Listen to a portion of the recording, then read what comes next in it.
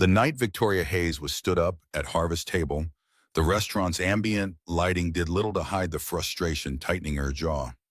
She checked her phone for the 20th time in 45 minutes. No messages, no calls, nothing from the investment partner her assistant had arranged to meet. Another waste of a rare evening away from her office. Victoria signaled for the check, eager to escape the sympathetic glances from the waitstaff. The sommelier approached with practiced deference. Victoria, would she like to take the barely touched bottle of Bordeaux home? She declined with a tight smile. What she wanted couldn't be bottled or purchased a single evening where she wasn't Victoria Hayes, the cold-blooded CEO, the woman who built Hayes Technologies from nothing into an $11 billion empire. Just one night as someone normal. A commotion erupted near the entrance. A man in his early 30s with slightly disheveled dark hair was negotiating with the hostess while holding the hand of a little girl who looked about 6 years old. His deep voice carried across the hushed restaurant. Just a quick dessert at the bar. It's her birthday, and I promised her the chocolate cake here. Victoria watched as the hostess shook her head apologetically. Friday nights at Harvest Table were booked weeks in advance, a fact Victoria knew well, having pulled strings through her company to secure her own reservation. The little girl looked up at her father with wide eyes. It's okay, Daddy. We can go somewhere else. She tugged at his hand, but disappointment shadowed her small face.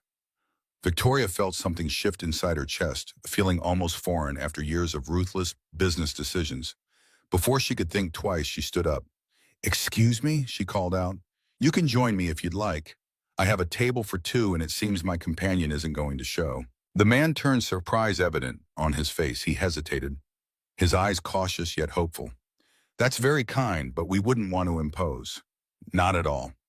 Victoria extended her hand, noticing his strong jawline and the kind eyes that crinkled slightly at the corners. I'm Tori. She offered her nickname without thinking, the one unused since college before Hayes Technologies, before the billions. Jack Miller. And this is my daughter, Emma.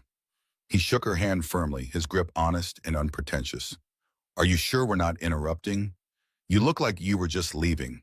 Absolutely sure. In fact, you'd be saving me from the embarrassment of dining alone after being stood up. Victoria surprised herself with the candor, the small vulnerability she rarely showed.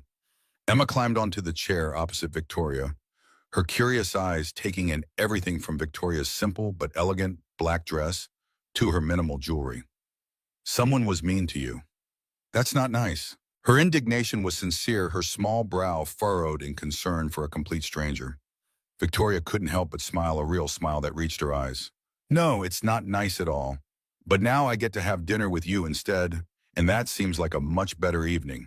She meant it, the words flowing naturally without calculation or agenda, a rarity in her world of strategic communications and negotiated phrases. Jack sat down next to his daughter, his expression a mix of gratitude and lingering uncertainty. This is unexpected. I promised Emma chocolate cake because she got a gold star in school today. His pride in his daughter was evident, warming his voice. Well, that certainly deserves a celebration. Victoria caught the waiter's eye and gestured for menus. As they arrived, she noticed Jack's slight grimace when he glanced at the prices. Without missing a beat, she added, This is my treat. I insist as a thank you for saving me from a lonely dinner. We can't let you do that. Ooh. His refusal was immediate, a matter of principle rather than politeness. Victoria recognized the pride in his stance, respected it even as she formulated a workaround. My company has an expense account for client dinners, and since my client canceled, it would be a shame to waste it. The lie slipped out easily, a small deception that seemed harmless in the moment. There was no client, just a blind date, and the bill would come from her personal account, a drop in the ocean of her fortune. Jack seemed to relax slightly, though a hint of dignity still straightened his shoulders. All right, but only if you let me get the tip. Victoria nodded, admiring his insistence on contributing something. Emma, oblivious to the adult negotiations, was already engrossed in the children's menu. Look, Daddy, they have mac and cheese shaped like stars. Her excitement over something so simple struck Victoria, whose childhood had been filled with extravagance that quickly lost its luster. Dinner progressed with surprising ease. Jack explained that he worked as a high school English teacher and coached the wrestling team. He'd been raising Emma alone since his wife died from complications during childbirth. The pain was evident in his eyes when he mentioned her, but there was also tremendous love when he looked at his daughter. Emma is my whole world, he said, simply ruffling her hair as she devoured her star-shaped pasta. Victoria found herself captivated by this man who spoke about literature with passion and treated his daughter with such tenderness and respect. When asked about herself, Victoria kept her answers vague. She worked in investment management. Her hours were flexible, and she had recently moved back to the city after traveling for work. What she didn't mention was that she was Victoria Hayes, founder and CEO of Hayes Technologies, a company she'd built from the ground up that had revolutionized renewable energy storage and was now valued at over $11 billion. She didn't mention the 3 homes she owned, the private jet, or the fact that she could buy this entire restaurant without blinking. For one night, she was just Tori, a woman enjoying dinner with a kind man and his adorable daughter. When Emma's chocolate cake arrived with a candle, both Victoria and Jack sang happy birthday, causing the little girl to beam with delight. Make a wish, Victoria encouraged. Emma closed her eyes tight, then blew out the candle with gusto. I'm not telling what I wished for, or it won't come true, she declared with the seriousness only a 6-year-old could muster. As the evening wound down, Jack insisted on leaving the tip, a generous amount that Victoria suspected might have been more than he could comfortably afford, but she respected his need to contribute. Thank you again, he said as they stood outside the restaurant. This was really nice. The sincerity in his voice touched something in Victoria that expensive business dinners and society events never reached. It was my pleasure, truly. Victoria found herself reluctant to say goodbye. Emma tugged on her hand, her small fingers warm against Victoria's palm. Do you like the playground? We're going to the big one in Central Park tomorrow. Her eyes were bright with hope for another encounter. Emma. Jack's gentle admonishment carried no real reprimand. I'm sure Tori has plans. Victoria hesitated only briefly. Actually, I don't. What time will you be there? The surprise on Jack's face quickly gave way to a warm smile that made Victoria's heart beat a little faster. Around noon. If that works, it's perfect. I'll see you both then. As Victoria watched them walk away, Jack holding his daughter's hand, she felt something she hadn't experienced in years. A lightness, a genuine connection untainted by power dynamics or hidden agendas. She slipped into the back of her waiting town car, careful to make sure Jack and Emma had turned the corner first. Home, Ms. Hayes, her driver asked. Yes, please, James. She leaned back against the leather seat, already looking forward to tomorrow, a sensation so unfamiliar, it took her a moment to recognize it as simple happiness. The contrast between her world struck her as the car pulled up to her Upper East Side mansion. The doorman greeted her with practiced deference as she entered the marble foyer. The space was immaculate, decorated by the city's top designer, yet it had never felt like home, just a showcase for her success. Victoria kicked off her heels and padded to her home office. She hadn't planned to work tonight, but old habits died hard. Notifications crowded her phone, 3 messages from her executive team, an alert about market fluctuations in Asia, and a reminder about tomorrow's board meeting. She ignored them all, something she never did, and instead found herself searching for Jack Miller online. A few clicks revealed his profile on the Westside High School website. English department, wrestling coach, faculty advisor for the literary magazine. A man grounded in community and service. No social media presence to speak of, another rarity in this digital age.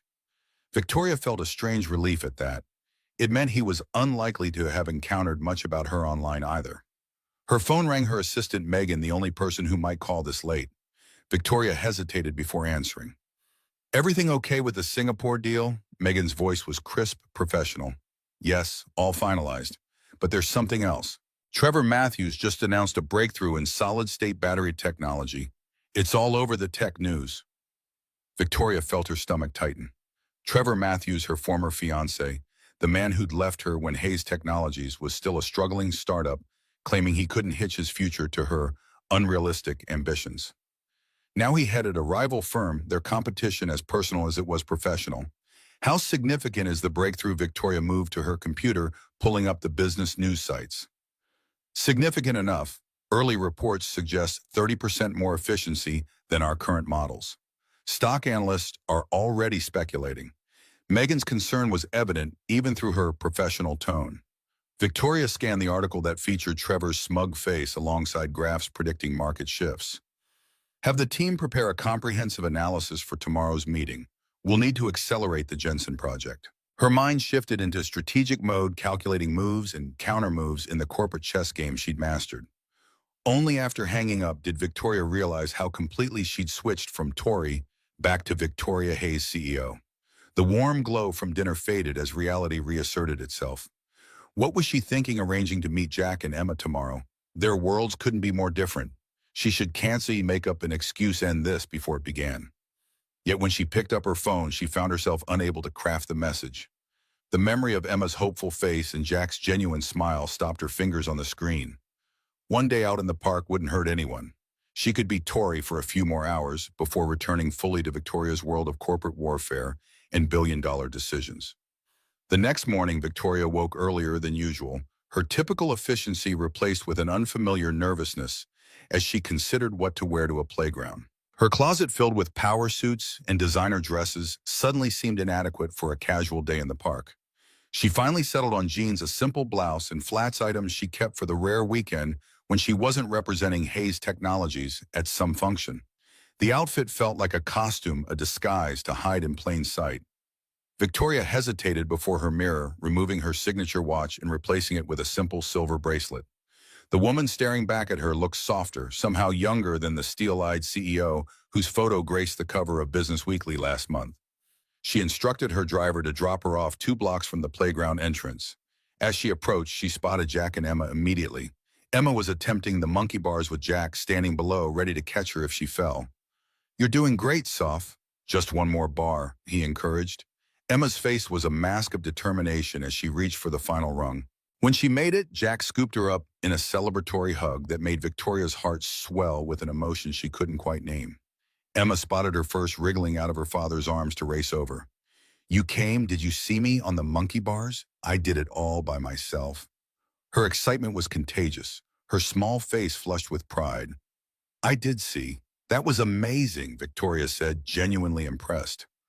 Jack approached more slowly, a smile playing on his lips. "I wasn't sure you'd actually come."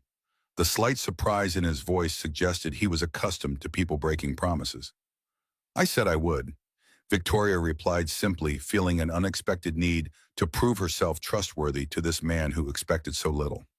The afternoon unfolded in a series of simple pleasures that Victoria had all but forgotten existed. Pushing Emma on the swings, the little girl's delighted squeals each time she went higher. Watching her navigate the climbing structure, her small face serious with concentration. Sitting on a bench, talking with Jack, while Emma made friends with other children. "So what happened to your date last night?" Jack asked, eventually his tone casual, but his eyes attentive. Victoria shrugged. "It was a blind date arranged by my assistant. I guess he took one look through the window and decided to bail." The truth was easier than fabricating a story about a fictional client. Jack shook his head. His loss. Seriously. The sincerity in his voice made her cheeks warm in a way board meetings and investor confrontations never did. "What about you? Do you date much?" The question slipped out before she could consider its implications. Between teaching, coaching, and Emma, not really. He watched his daughter playing tag with a group of kids. "It's been just the two of us for so long. I'm not sure I remember how dating works." "You're doing fine so far," Victoria said, surprising herself with her boldness. Jack turned to look at her, a question in his eyes that made her heart beat faster. Before he could speak, Emma came running over, breathless and flushed. "I'm hungry. Can we get hot dogs?" The moment dissolved, but the current of possibility remained. They bought hot dogs from a vendor and sat on a park bench to eat. Victoria couldn't remember the last time she'd had a street hot dog, probably not since college before her company took off. It tasted better than any 5-star meal she'd had recently. As the afternoon wore on, Emma's energy began to wane. She curled up against Jack's side, her eyelids growing heavy. "I think someone's ready for a nap," Jack said softly, his arm protectively around his daughter. "We should probably head home." Disappointment settled in Victoria's chest, but she nodded. "Of course." But Jack hesitated, seeming to weigh something in his mind. "Maybe we could do this again." His eyes met hers. "Maybe without the playground next time. Just you and me." Victoria smiled, a flutter of anticipation in her stomach. "I'd like that." They exchanged phone numbers, and Jack programmed hers into his phone under simply Tori.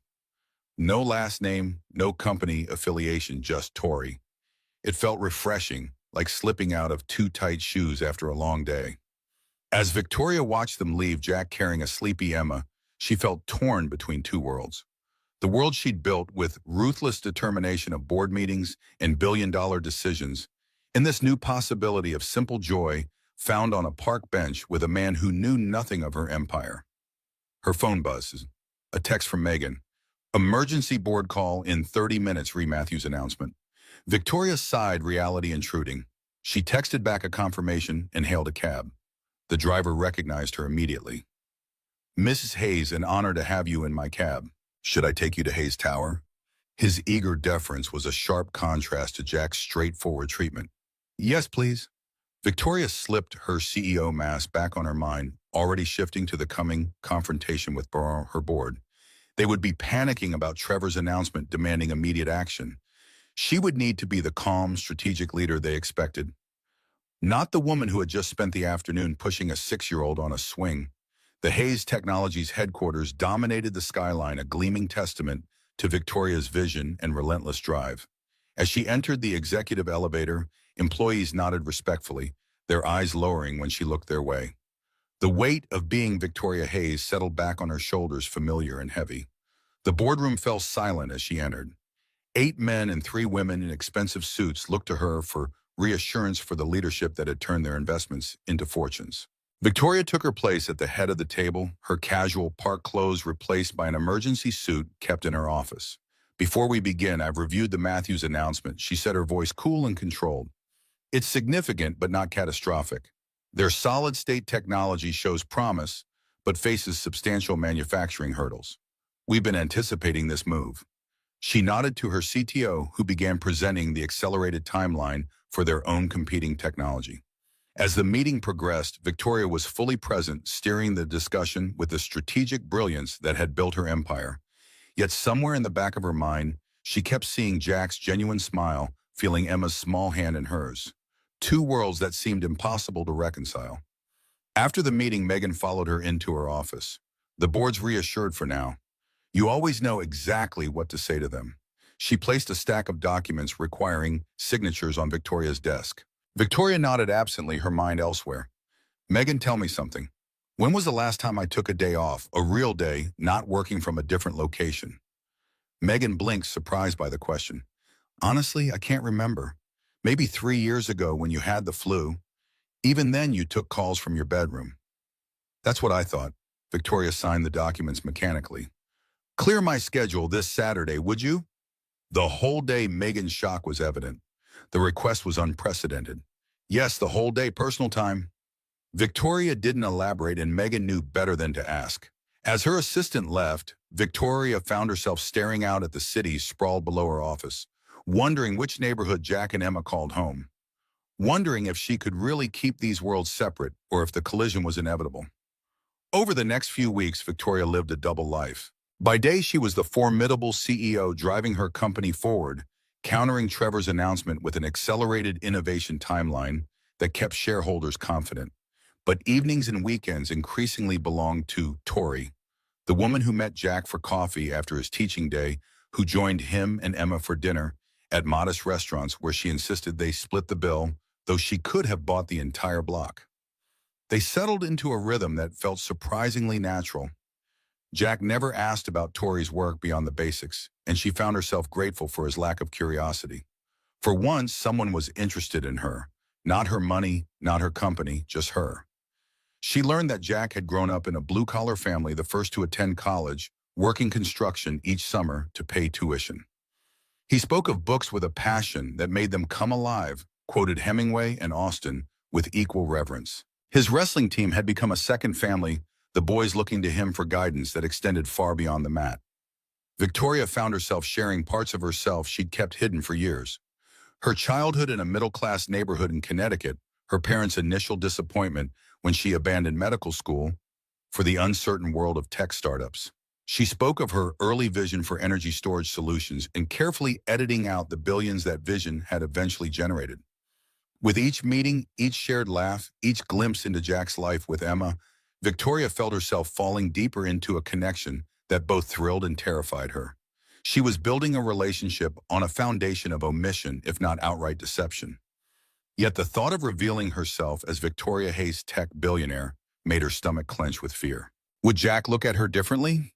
Would the genuine man she was coming to care for deeply suddenly see her as a walking bank account rather than a woman? One evening after they had put Emma to bed, following a movie night at Jack's modest apartment in Brooklyn, they sat on his worn couch, glasses of wine in hand. "You're amazing with her," Jack said quietly. "She adores you. The way you listen to her, really listen, most adults don't do that with kids." "The feeling is mutual. She's a special kid." Victoria meant it. Emma's intelligence, her curiosity, her openness had captivated her from the first meeting. "It's more than that. You treat her like a person, not just a child." He set his glass down, his expression serious. "Do you want children someday?" The question caught Victoria off guard. In her world of board meetings and investment decisions, family planning had always seemed like a distant concept, something for someday when her company was established. Now at 32 with an empire built, the question hit differently. "I've never really thought about it," she admitted.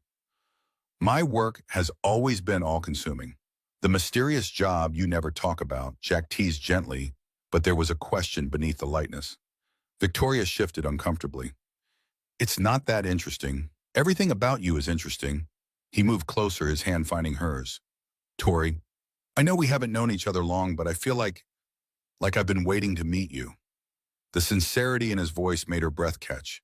When he leaned in to kiss her, she met him halfway. His lips were soft, his touch gentle yet confident. It felt right in a way nothing had in a very long time. When they broke apart, Jack's eyes searched hers, finding something that made him smile. "I should probably tell you something," he said. Victoria tensed, preparing herself for whatever revelation might come. "I looked you up online," he admitted. "After our second date, I was curious." Her heart sank. "And what did you find?" "Nothing," he said, looking puzzled, which is strange in this day and age. "No social media, no LinkedIn, nothing. It's like you're a ghost." Relief washed over her. Her team was thorough in managing her digital footprint, keeping personal information scrubbed from public view. The Victoria Hayes who appeared in business publications and at industry events was carefully separated from her private life. "I'm not big on social media," she said simply. Jack laughed. "Clearly. It's refreshing, actually. Most people are living their lives online these days." He kissed her again, and Victoria let herself sink into the moment, pushing away the voice that reminded her she was building this relationship on a foundation of omission, if not outright deception. This happiness, this connection, it felt too precious to risk. As weeks turned into months, Victoria found herself increasingly divided between her worlds. The more time she spent with Jack and Emma, the more she questioned the life she'd built as Victoria Hayes. The relentless drive, the isolation at the top, the relationships based on what she could provide rather than who she was, all of it seemed hollow compared to evenings spent helping Emma with homework or discussing literature with Jack. Yet her company needed her more than ever. Trevor's announcement had indeed shifted market perceptions, and maintaining investor confidence required Victoria's full attention. She canceled meetings with Jack twice due to work emergencies, offering vague explanations that she could tell left him confused but too respectful to press. The situation came to a head during a weekend at the American Museum of Natural History with Jack and Emma. As they explored the dinosaur exhibits, Emma running ahead in excitement, Victoria spotted Charles Winthrop, one of her major investors, approaching with his family. Panic surged through her. Charles knew her well. There would be no avoiding recognition. "Jack, would you mind getting Emma some water? I think she's getting overheated," Victoria suggested quickly, her heart racing. Jack nodded and headed toward the drinking fountains, taking Emma's hand. The moment they were out of earshot, Victoria stepped directly into Charles's path. "Charles, what a surprise. Here with the grandkids." Her CEO voice was back, confident and commanding. Charles's eyebrows rose in surprise. "Yes, weekend grandpa duty. What brings you here?" "I didn't think museums were your scene unless they were naming a wing after you." He chuckled at his own joke. "Research, actually. Looking at some educational initiatives the company might support." She kept her body angled to block his view of Jack and Emma, who were now at the water fountain. "Always working, aren't you? That's why Hayes Technology stays on top." He glanced at his watch. "We should set up a lunch next week. I have some thoughts on the Matthews situation." Have your office call, Megan Victoria said smoothly, already edging away. Enjoy your weekend, Charles. She managed to guide Charles and his family toward a different exhibit before rejoining Jack and Emma, her heart still pounding. That was close. Too close. Who was that? Jack asked as they continued through the museum. You looked like you knew him. Victoria's mind raced for a plausible explanation. Just someone I know through work. Investment circles are surprisingly small in New York.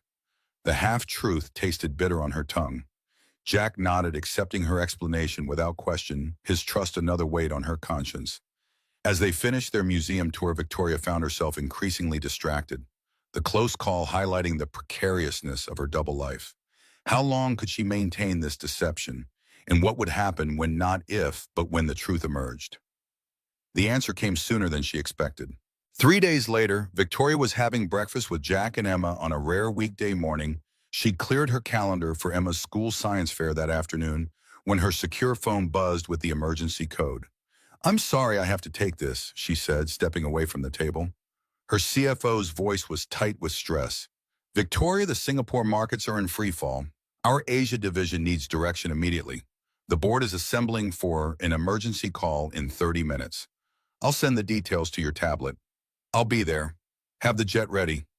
She ended the call and returned to the table where Emma was explaining the intricacies of her school's upcoming science fair to her father.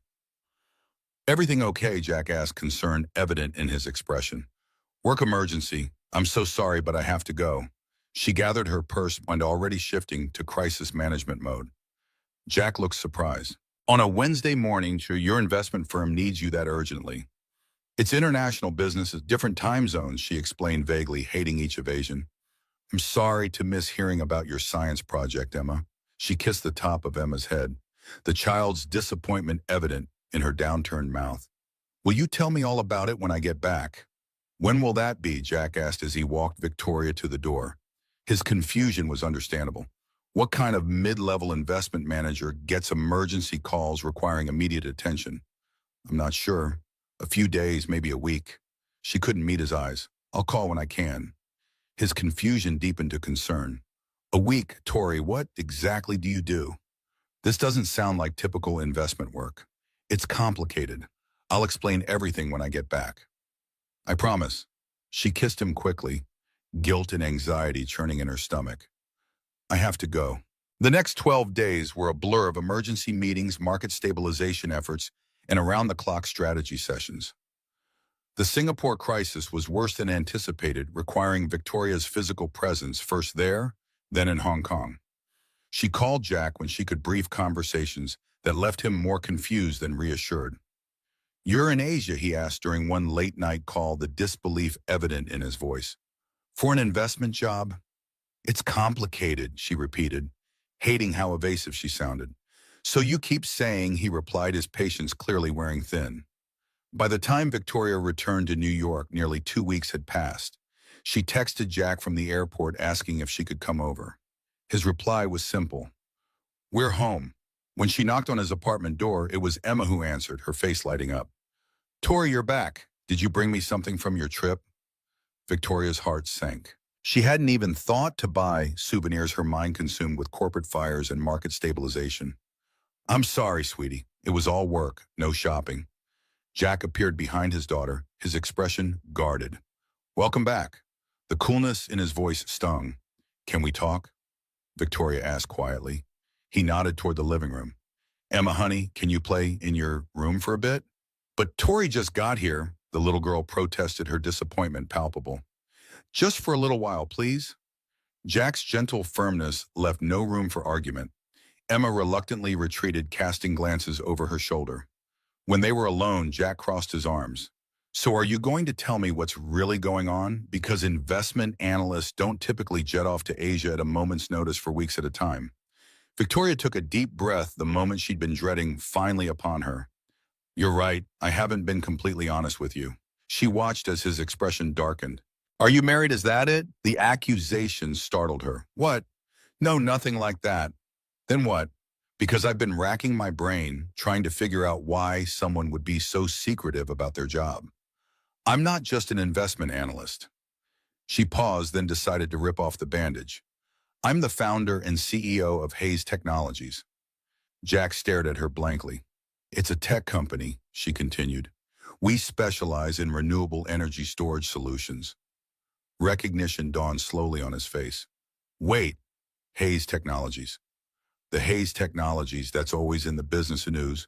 The billion-dollar company. 11 billion as of last quarter. She confirmed quietly, watching his face carefully. Jack sank onto the couch, visibly processing. You're a billionaire. His voice had a hollow quality that broke her heart. Yes. And you let me pay for coffee.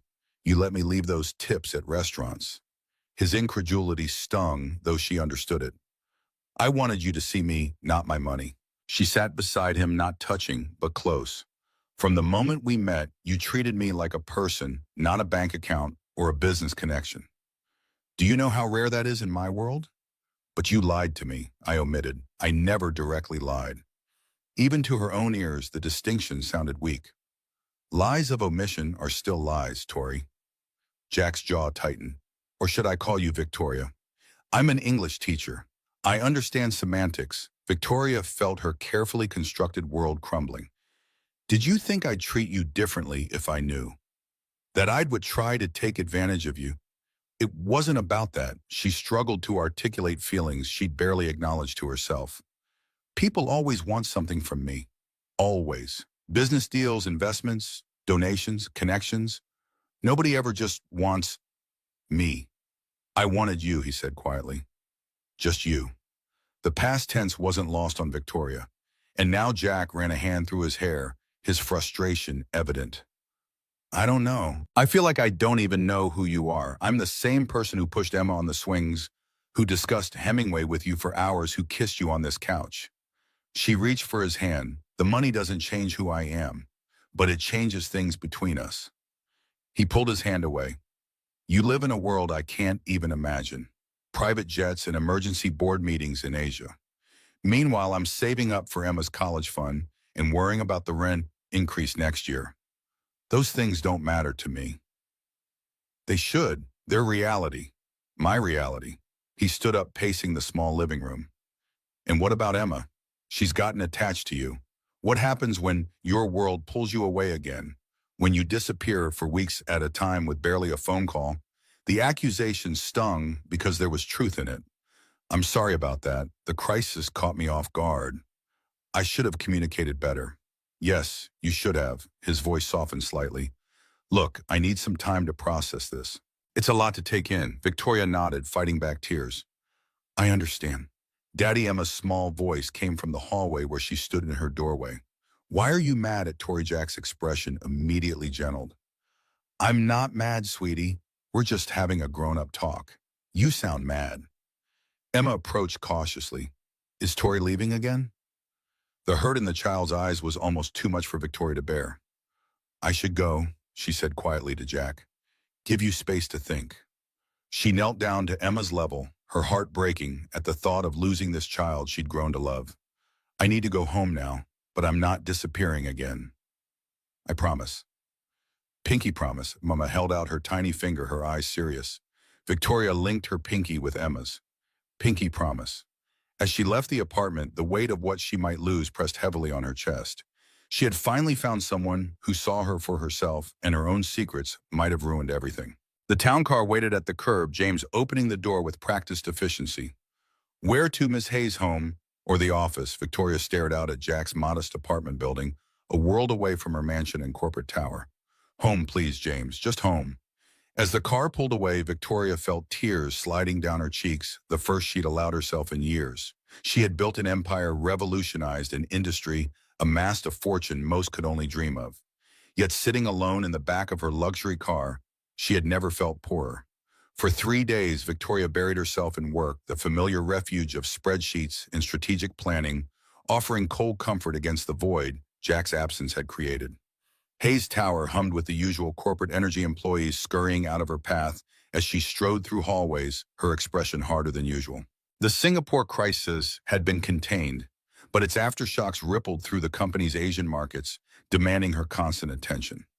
Or so she told herself as she worked past midnight, her corner office overlooking a Manhattan that never slept much, like herself these days. Megan placed a fresh coffee on Victoria's desk, concern etching her features. You haven't left the building in 72 hours. There's dedication, and then there's whatever this is. The personal observation from her typically professional assistant underscored the abnormality of Victoria's current behavior. Victoria stared at market projections without seeing them. Anything from legal about the Matthews patent challenge? The deflection was transparent, but Megan allowed it. Nothing new. They're confident his breakthrough won't affect our core technology patents. But that's not why you're camping out in your office, is it? Megan had been with Victoria since the early days before the billions, before the power. She was perhaps the only person who could speak to Victoria without calculation or agenda. Victoria's fingers stilled on her keyboard. I met someone, and I lied to him about who I am. Now he knows, and I might have lost him. The admission felt like ripping off a bandage, painful but necessary. Megan's eyebrows rose slightly, the only indication of her surprise. The man from the restaurant, the one with the little girl?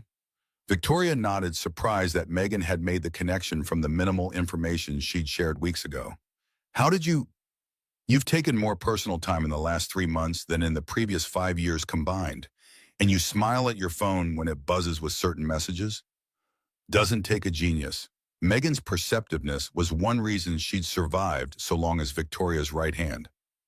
He's a teacher, a high school English teacher and wrestling coach. Victoria almost laughed at how absurd it sounded when spoken aloud in her executive suite. His daughter is 6. They live in a 2-bedroom walk-up in Brooklyn.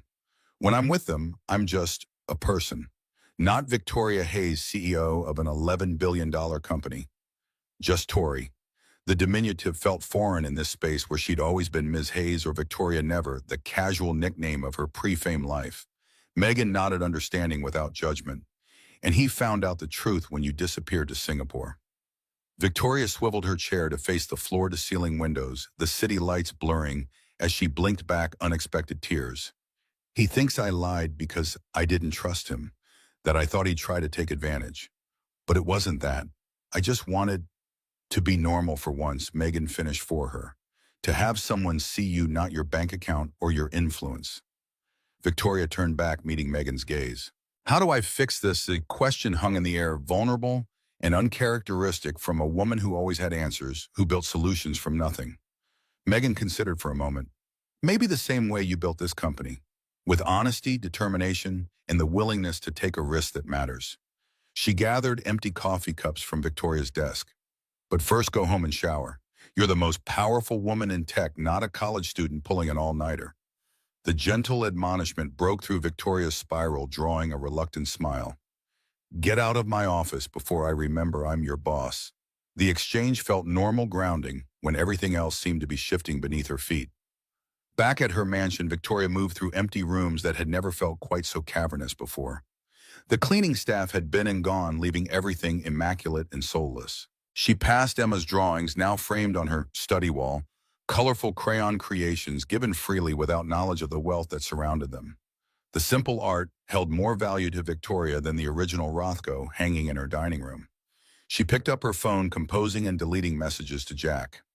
Every attempt sounded hollow or desperate. How could she compress the complexity of her deception, her fears, her hopes into a text message? She needed to see him to explain face to face. But he'd asked for space, and she owed him at least that much respect. Sleep eluded her as it had since leaving Jack's apartment. Victoria found herself in her home theater at 3 a.m., scrolling through news feeds rather than watching any of the thousands of films at her disposal. A headline caught her eye, sending ice through her veins. Tech Titan's secret romance, Hayes Technologies CEO spotted with unknown man and child. The article was buried in the gossip section of a minor tech blog, but it existed. Someone had noticed. Someone had photographed them at the museum that day. The image was grainy, taken from a distance, Victoria kneeling next to Emma at the dinosaur exhibit, Jack standing protectively nearby. Their faces were unclear, but Victoria recognized the moment immediately. She called Megan despite the hour. Kill this, now, all copies, all servers. Her voice was pure CEO commanding and brooking no argument. Already on it. Our media team flagged it an hour ago. But Victoria, there might be others. The photographer could have more images. We should prepare a statement just in case. Megan's efficiency was admirable, even awakened in the dead of night. No statements, no acknowledgement. This disappears completely. Victoria ended the call, her mind racing. The article hadn't identified Jack or Emma, but it wouldn't take much for someone to connect the dots, especially if more photos existed. The thought of Jack and Emma being hounded by paparazzi, their lives upended because of her, made her physically ill. Morning brought a new crisis. Trevor Matthews had called a press conference supposedly to announce further developments in his solid-state battery technology. Victoria watched from her office as he took the podium, his practiced smile triggering memories of their past relationship. "We're not just announcing a technological breakthrough today," Trevor's smooth voice carried through the live stream. "We're announcing a philosophy." While some tech companies build walls between themselves and the world, isolating their leadership in ivory towers, Matthews Energy believes in transparency and community integration. "Our executives live real lives among real people, not hidden behind security details and corporate facades." The barb was thinly veiled, aimed directly at Victoria's notorious privacy. Trevor had always resented her insistence on keeping their relationship out of the public eye years ago. Now he was weaponizing it against her company. Victoria's phone buzzed with a text from an unknown number. "We should talk." The brevity and lack of identification told her exactly who it was, Trevor himself, watching her reaction in real time. The arrogance of it, the presumption that she would respond to his summons, ignited a familiar fire in her belly. This was the battlefield she knew, where strategies and counter-strategies played out for billions in market capitalization. This at least she could fight. She drafted a press release immediately announcing Hayes Technologies' new educational initiative, a multi-million-dollar program, bringing cutting-edge technology labs to underfunded schools nationwide. Let Trevor play his games with veiled insults. She would respond with action, with something that actually mattered. The first school on the list, Westside High, where Jack taught English and coached wrestling. The decision brought momentary satisfaction, followed quickly by doubt. Would Jack see it as a genuine initiative, or as Victoria trying to buy her way back into his life? The blurred line between her personal and professional motivations unsettled her. For the first time in her career, Victoria questioned her own judgment, her ability to separate emotion from strategy. By afternoon, the minor blog post had indeed disappeared, but Victoria's paranoia remained. She called her head of security to her office. "I need a full assessment of privacy vulnerabilities regarding my personal activities outside the company. Any potential leaks, any staff who might talk to the press, any photographers who might be following me. And I need a security protocol for protecting the privacy of associates who may be with me." The security chief, a former military officer who'd been with Victoria for 5 years, nodded without expression. "Anyone in particular we should be focusing protective detail on, Ms. Hayes?" Victoria hesitated, then pulled up Jack's faculty photo from the Westside High website. Jack Miller, English teacher at Westside High School in Brooklyn, and his daughter Emma Miller, 6 years old. "I don't want them approached, surveilled, or made aware of any security presence, but I need to know they're protected from media intrusion." The admission felt both necessary and invasive, another decision made about Jack's life without his knowledge or consent. As the security chief left with his new assignment, Victoria stared at Jack's photo on her screen. The honest eyes, the slight smile that hinted at his dry humor. She'd compromised his privacy by entering his life under false pretenses. Now she was taking further steps affecting him without permission. The ethical tangle was growing more complex with each decision. Her phone rang. Megan again. "Matthews is making moves. He's approached 3 of our major investors with private meetings in the past 4 hours." Victoria felt the familiar rush of adrenaline that came with corporate warfare. Trevor was attempting to undermine investor confidence, perhaps setting up for a hostile action. "Set up calls with all our institutional investors. I'll handle them personally. No one poaches from my company." She was back on familiar ground, the certainty of battle clarifying her thoughts. This at least she knew how to win. The calls consumed her evening, each investor needing personal reassurance about Hayes Technologies' market position and innovation pipeline. Victoria was at her persuasive best, the charismatic visionary who had turned their millions into billions. By midnight, she was confident the immediate threat had been contained.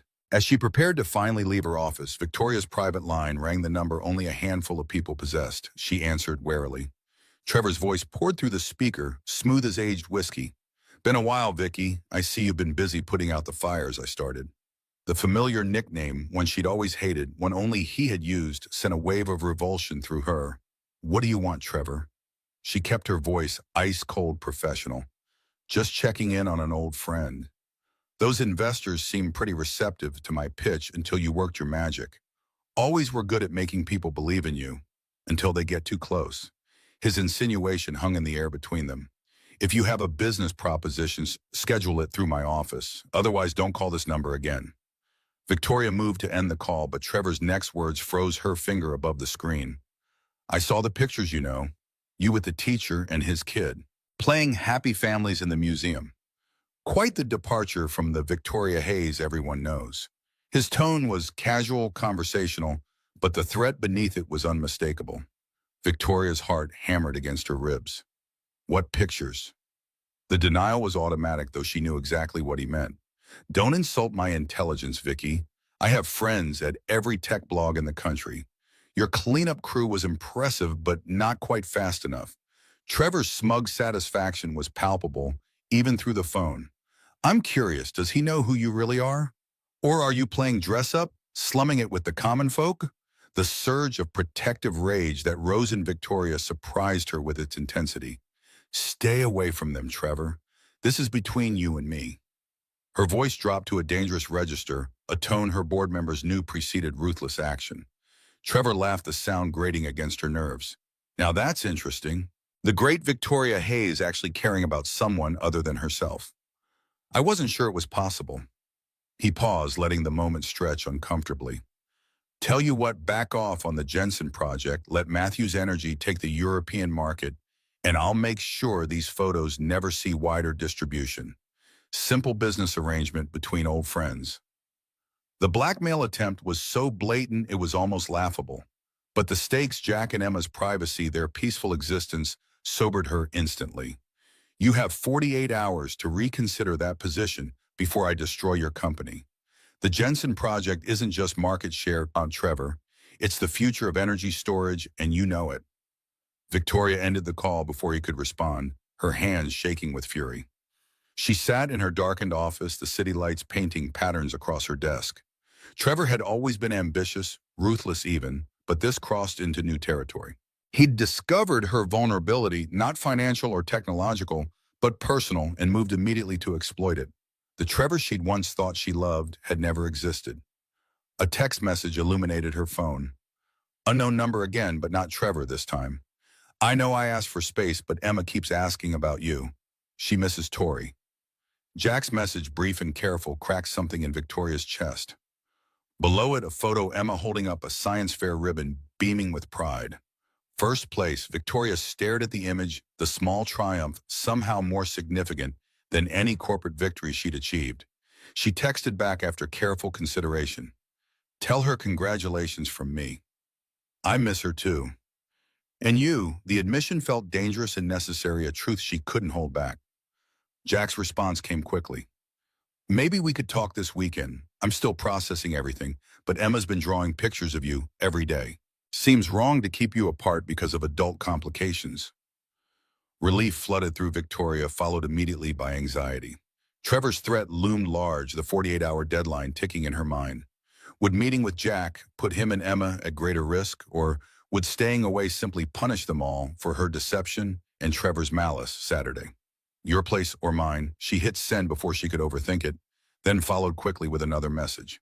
That came out wrong.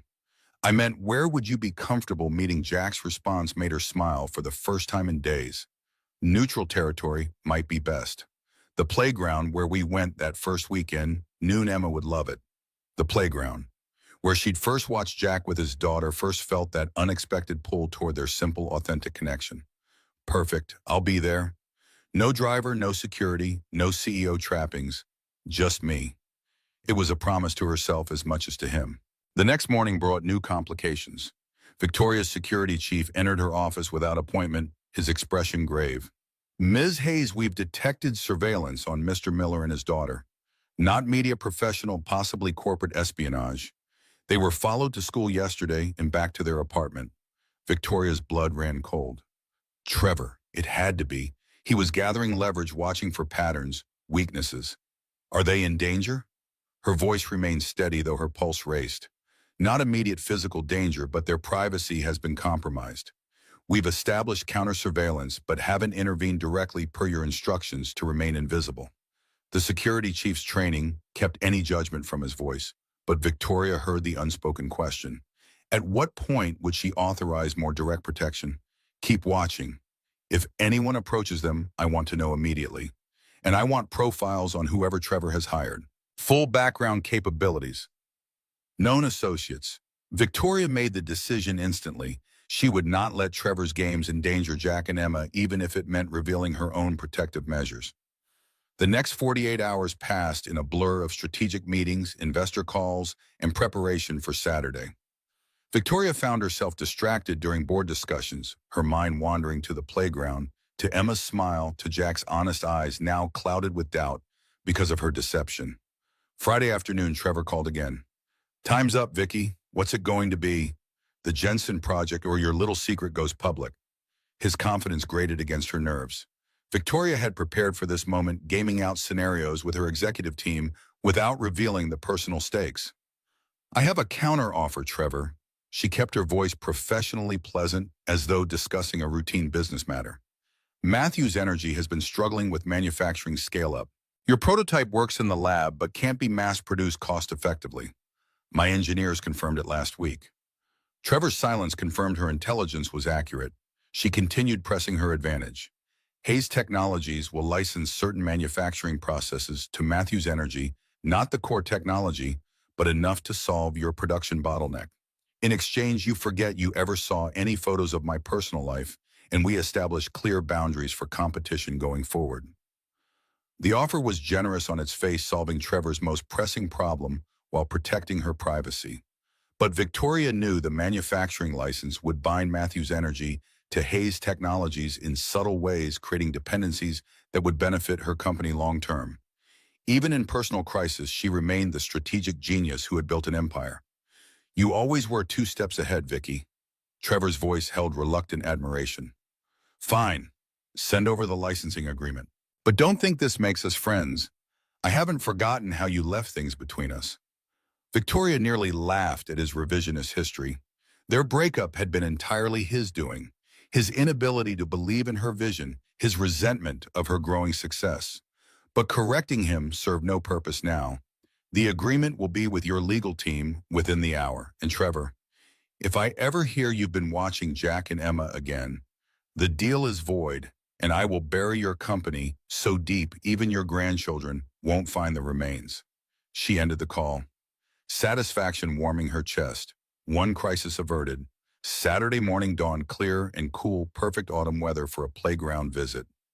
Victoria dressed with uncharacteristic indecision, trying on and discarding outfits that felt too corporate, too casual, too calculated. She finally settled on jeans, a simple sweater, and flats similar to what she'd worn that first day with Jack and Emma when she'd been Tory without complications. She dismissed her driver for the day, opting instead for a rideshare that dropped her 2 blocks from the playground. The walk allowed her to settle her thoughts, prepare for whatever reception awaited her. As the playground came into view, she spotted them immediately, Jack pushing Emma on the swings, the little girl's delighted laughter carrying across the park. Victoria hesitated at the entrance, suddenly uncertain. Jack looked up, their eyes meeting across the distance. He said something to Emma, who turned and saw Victoria. The child's face lit up with pure joy as she jumped from the swing midair, racing across the playground with abandon. Tory. Emma crashed into Victoria's legs, wrapping her arms around them with complete trust and affection. You came back. I knew you would. Daddy said you might be too busy with your important job, but I told him you promised, and you don't break promises. The unconditional welcome broke something open in Victoria's chest. She knelt to Emma's level, enveloping the small body in a genuine hug. I missed you so much. And look at you, a first-place scientist. I'm so proud of you. The words came easily, honestly, unplanned, and unscripted. Jack approached more slowly, his expression guarded but not hostile. His hands were shoved deep in his pockets, a physical manifestation of his emotional reservation. Hey. He stopped a few feet away, maintaining a careful distance that hadn't existed between them before. Hey, yourself. Victoria straightened Emma, still clinging to her hand. Thank you for suggesting this, for letting me see her. The gratitude was sincere, the acknowledgement that he controlled access to his daughter appropriate. Jack nodded slightly. She talks about you constantly, draws pictures of the three of us. He glanced at Emma, who was now tugging Victoria toward the climbing structure. I told her you had a different name than we thought, that you run a big company. She asked if that meant you could buy the whole playground. Kids have interesting priorities. The observation broke some of the tension, drawing a small smile from Victoria. What did you tell her? She allowed Emma to pull her along, Jack falling into step beside them. That having money doesn't change who someone is inside. That we like people for their hearts, not their bank accounts. His eyes met hers briefly. I'm still figuring out if I believe that myself. The honesty was refreshing, painful as it was. Victoria watched Emma scramble up the climbing structure, her small face determined. I never meant to deceive you, Jack. That first night at the restaurant, it was just so nice to be seen as a person, not a bank account or a business connection. And then one omission led to another, and suddenly I was living two lives. Jack leaned against the railing, watching his daughter navigate the playground equipment. You know what bothers me most? It's not the money. It's not even really the lane, though, that hurt. He turned to face her fully. It's that you didn't trust me enough to believe I'd see past the billions to the woman underneath. You made that choice for me, decided what I could and couldn't handle. The observation struck Victoria with his accuracy. In protecting herself from potential rejection, she'd robbed Jack of agency, of the opportunity to know her fully and make his own informed decision. I was afraid. The admission cost her vulnerability, never coming easily. Not of you wanting my money, but of you not wanting me, once you knew what comes with it, the public scrutiny, the corporate politics, the constant demands. My world has destroyed every relationship I've ever had. Jack considered this, his eyes thoughtful. So instead, you destroyed it yourself before I got the chance. There was no accusation in his tone, just a quiet understanding that made Victoria's chest ache. When you put it that way, I sound like a coward. She attempted a smile that didn't quite reach her eyes. Maybe I am in this one area. I can face down hostile takeovers and market crashes without blinking. But the thought of losing you and Emma, she trailed off, the vulnerability too raw to fully articulate. Emma called from the top of the climbing structure. Daddy Tori, look how high I am. Both adults instinctively looked up, their faces mirroring concern and pride at her achievement. Be careful, sweetheart. Jack's focus shifted entirely to his daughter, the parent in him momentarily overriding all other concerns. As Emma began her careful descent, he spoke without looking at Victoria. I'm not saying I have answers here. Your world and mine are so different, I'm not sure how they could ever fit together. But Emma needs stability, consistency. She's already lost one mother figure. The implication was clear: if Victoria remained in their lives, it couldn't be halfway. She couldn't disappear for weeks on corporate emergencies, couldn't prioritize Hayes Technologies over Emma's need for dependable adults. The challenge hung between them as Emma reached the bottom of the structure and ran back to them, breathless with accomplishment. Did you see me? I went all the way to the top. Emma's face was flushed with pride, her small hand slipping naturally into Victoria's, as though the past 2 weeks of separation had never happened. Victoria squeezed the tiny fingers gently. I saw you. You were so brave. The simple praise lit up Emma's expression, reinforcing for Victoria just how powerful her presence in the child's life had become, and how careful she needed to be with that influence. They spent the next hour moving through the playground's attractions, a strange family unit bound by tentative reconciliation and a child's unquestioning acceptance. Victoria pushed Emma on the swings. Jack spotted her on the monkey bars, both adults naturally coordinating their efforts without discussing it. To outside observers, they might have appeared to be any normal family enjoying a weekend outing. As Emma ran off to join a group of children building a leaf pile, Jack and Victoria settled on a bench, watching her from a distance. She seems happy, Victoria observed, the simple statement, laden with unspoken questions about their future. Jack nodded, his eyes on his daughter. She is. Kids are resilient, but they also notice everything. He turned slightly toward Victoria. Last night she asked me if you were going to be her new mommy. No pressure or anything. His attempt at humor barely masked the seriousness of the situation. Victoria's breath caught. What did you tell her? The question felt monumental, as though Jack's answer to his daughter might determine the course of all their lives. I told her that you and I are still getting to know each other and that being someone's mommy is a very special job that people need to be ready for. His eyes met hers directly. Then she asked if you have enough money to buy us a house with a backyard for a dog, and I realized I'm raising a tiny gold digger. The joke broke the tension, drawing a genuine laugh from Victoria. Smart kid, knows how to negotiate. Victoria's smile faded into seriousness. Jack, I need you to know something. Since our conversation at your apartment, I've been rethinking a lot of things. How I run my company, how I balance my life, what really matters. Her hands twisted in her lap, uncharacteristically fidgety. Hayes Technologies has consumed me for so long, I'm not sure I know how to be anything else. But being with you and Emma, it's the first time in years I've felt like a complete person, not just a CEO. Jack was quiet for a long moment, processing her words. Victoria Hayes, tech billionaire, taking life lessons from a high school teacher and a 6-year-old. His tone was light, but his eyes were serious. That's a pretty big shift. Are you sure it's real, not just the excitement of something new and different? The question was fair, even necessary. Victoria considered it honestly before answering. When I was in Singapore dealing with market crashes and emergency board meetings, all I could think about was getting back to you and Emma. Not because it was an escape, but because it felt more real than anything else in my life. That terrified me. Still does, if I'm being honest. Jack watched Emma playing with the other children, her laughter carrying across the playground. I wish I could tell you I have all this figured out. That I know how to reconcile Victoria Hayes, billionaire CEO, with Tori, the woman who reads bedtime stories to my daughter with all the right voices. He ran a hand through his hair, a gesture Victoria had come to recognize as a sign of his inner conflict. But I don't. I just know Emma lights up when she sees you, and despite everything, so do I. The admission, simple and unadorned, pierced through Victoria's carefully constructed defenses.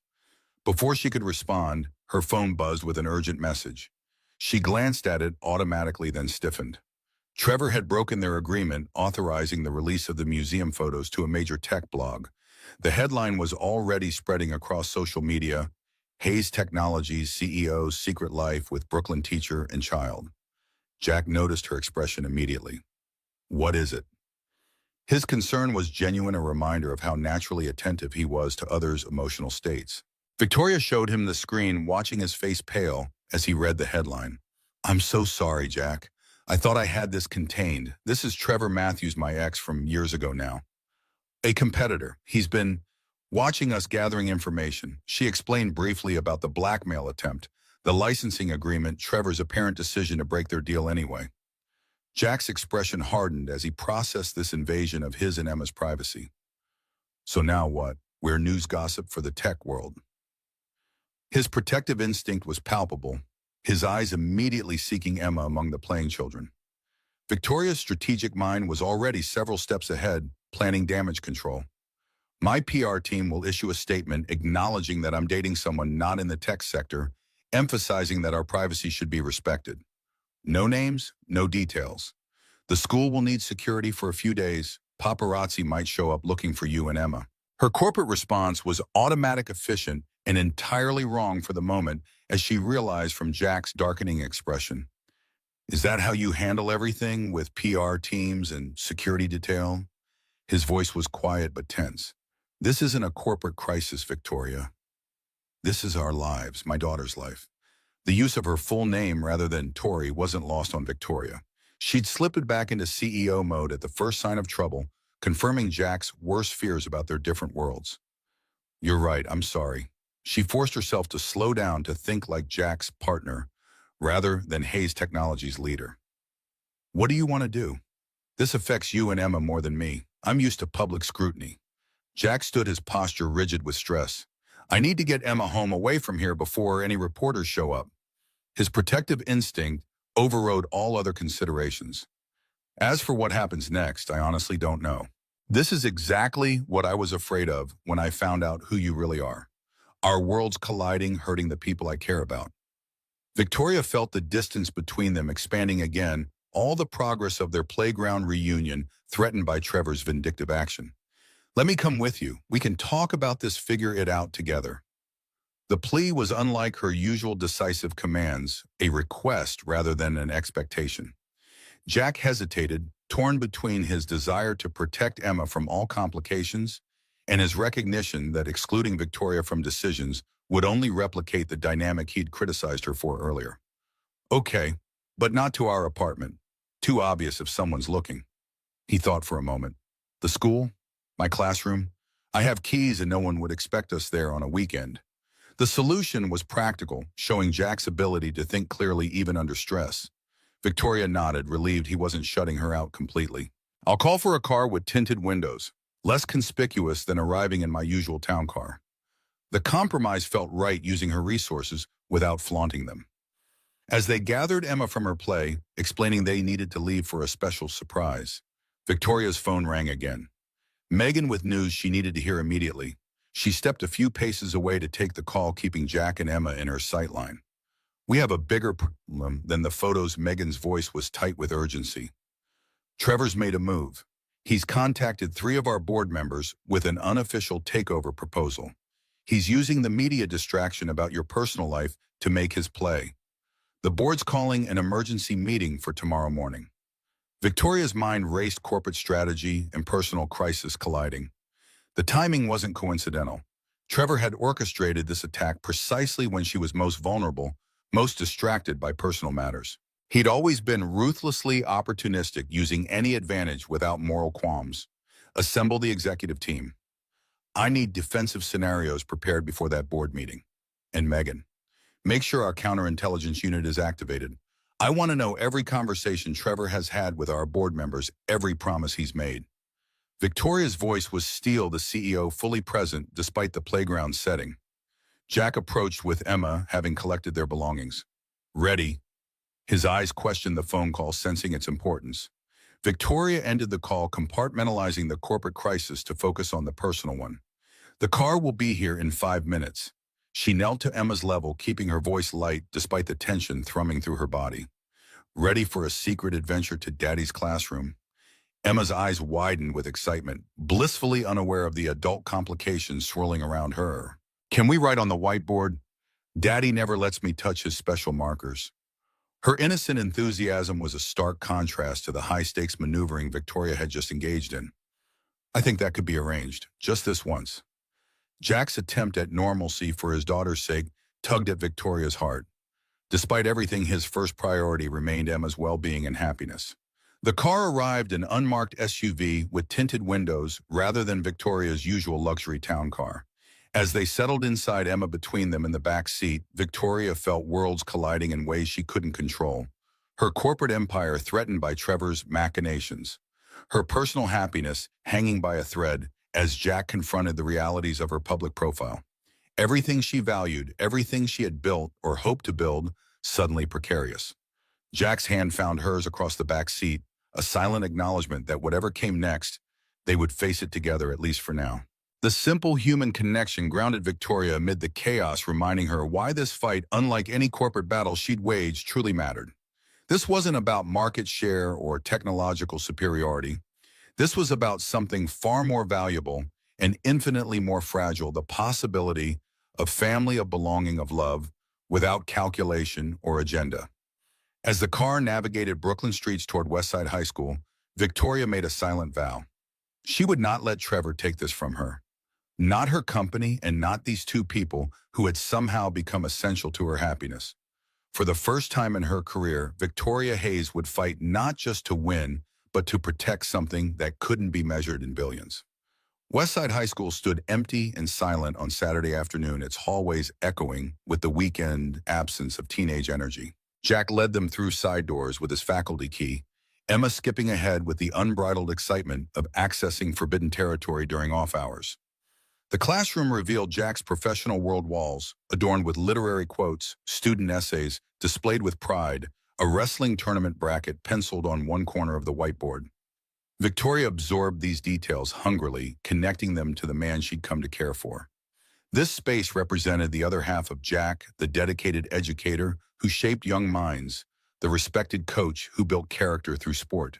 His territory, his domain of expertise, far from the gleaming corporate towers where she reigned. Emma made a beeline for the whiteboard, eyeing the colored markers with covetous enthusiasm. Can I draw now, Daddy? Please, her innocent obliviousness to the adult tension provided momentary relief from the pressure building around them. Jack found a clean section of the board. Just here, okay? These notes are from Monday's class.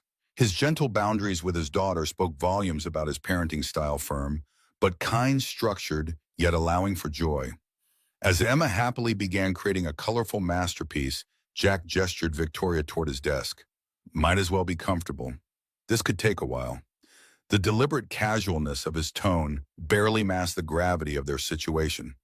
Victoria perched on the edge of his desk, taking in the organized chaos of an English teacher's workspace dog-eared novels, essays awaiting grades, a coffee mug proclaiming, "To be or not to be," with Shakespeare's silhouette. Her phone buzzed continuously with crisis alerts, each one demanding immediate attention. She silenced it without looking a decision that would have been unthinkable weeks ago. So, your ex-boyfriend is trying to take over your company and using us as pawns in his corporate chess game. Jack's summary cut through pretense, naming their reality with characteristic directness. And now my daughter's picture is probably trending on tech Twitter. Welcome to dating Victoria Hayes. The bitter edge in his voice stung, but Victoria recognized the fear beneath it. Fear for Emma, fear for their privacy, fear for the simple life he'd built being irrevocably altered. I never wanted this for you, Jack. Either of you. If I could undo Trevor's vindictiveness, I would in a heartbeat. Her sincerity was absolute, her regret palpable. Jack leaned against a student desk, watching Emma draw with one eye while focusing on Victoria with the other. The thing is, this isn't just Trevor. It's your world. Even if we solve this immediate crisis, there will be others. Your life comes with spotlights. Mine needs shadows for Emma to grow up normal. He ran his hand through his hair, the familiar gesture of frustration and concern. I don't know how to reconcile those realities. Victoria felt the weight of his words, their painful truth. You're right. My world comes with complications I can't eliminate. Being with me means some level of public interest, security concerns, wealth disparities. All I can promise is that I'll do everything in my power to shield you both, to create as much normalcy as possible. Her voice softened vulnerability, replacing her usual corporate confidence. But I can't promise perfect privacy or a completely ordinary life. Not if I'm in it. The stark honesty hung between them as Emma approached, proudly displaying marker-stained hands. Look, I drew us at the playground. Her artistic rendering showed three stack figures holding hands beneath a yellow sun, simple, pure, idealized. The adult's eyes met over her head, the child's innocent depiction of their relationship highlighting everything at stake. Emma's face suddenly scrunched in confusion as she studied Victoria more closely. Are you sad? You look like my friend Zoe when her bunny died. The perceptiveness of children, their ability to see through adult facades to emotional truths, never ceased to amaze Victoria. I'm just worried about some grown-up problems, sweetheart. Victoria kept her tone gentle, unwilling to burden Emma with adult complexities. But seeing your beautiful picture makes me feel much better. Emma considered this explanation, then nodded with the gravity of a child accepting partial truths. Daddy says art helps with feelings. That's why he reads poems when he's sad about Mommy. Her casual reference to Jack's grief, so naturally integrated into her understanding of her father, caught Victoria off guard. Jack cleared his throat, clearly uncomfortable with this glimpse into his private coping mechanisms. Emma, why don't you draw on another picture? This time maybe of your science fair project. He redirected his daughter with practiced ease, though his eyes remained troubled when they returned to Victoria. Once Emma was again absorbed in her artistic endeavors, Jack lowered his voice. Look, I need to know something. His intensity demanded Victoria's full attention. Is this us worth fighting for to you? Not just a novelty break from boardrooms in billion-dollar deals. Because Emma's already attached, and I can't let her heart get broken if this is just an exciting detour for you. The question cut to the core of Victoria's intentions, her commitment, her understanding of what building a life with Jack and Emma would truly require. She'd faced hostile takeovers and market crashes with unflinching determination, but this question demanded a different kind of courage, emotional honesty, without strategic calculation. When I'm with you and Emma, I feel like myself for the first time in years. Not Victoria Hayes, CEO, but just me. The person I might have been if success hadn't required becoming someone harder, colder, more isolated. Her hands gripped the edge of the desk, anchoring herself. This isn't a novelty, Jack. It's a revelation.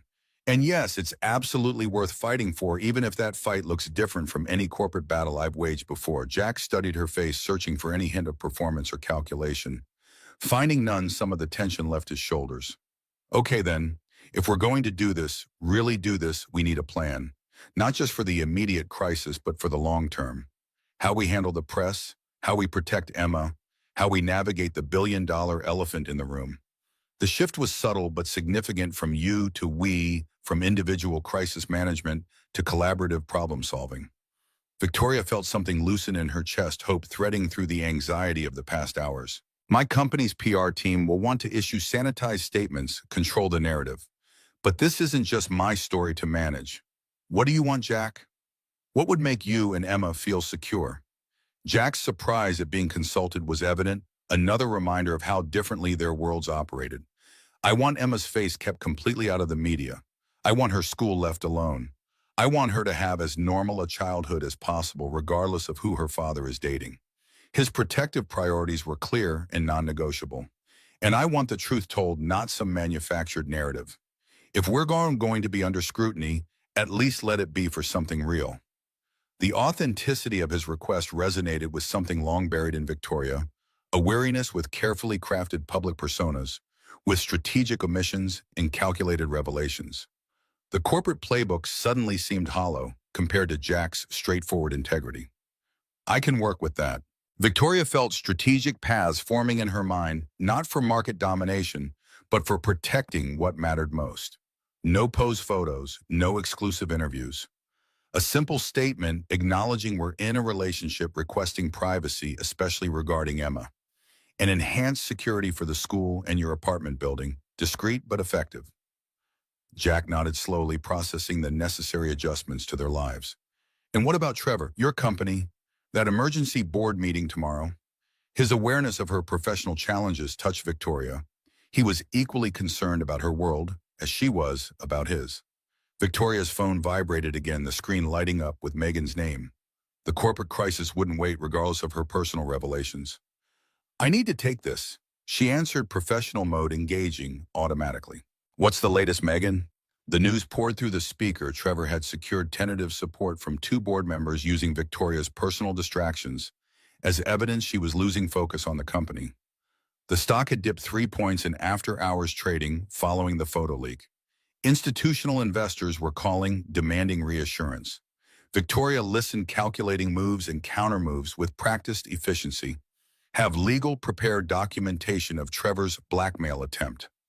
We'll demonstrate this as personal vindictiveness, not legitimate business strategy, and schedule one-on-ones with each board member before tomorrow's meeting. I'll handle them personally. The decisive CEO was fully present, even as her eyes remained on Jack and Emma. Ending the call, she found Jack watching her with a new expression, not judgment or disapproval, but curiosity and perhaps a hint of admiration. So that's Victoria Hayes in action.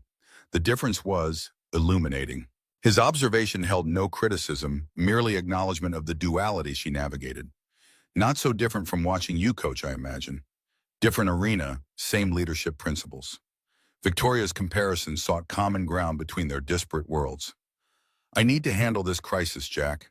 Trevor's using my relationship with you as leverage to attack my company, and I won't let him hurt either the people or the organization I care about. Jack considered this, his English teacher's mind drawing literary parallels.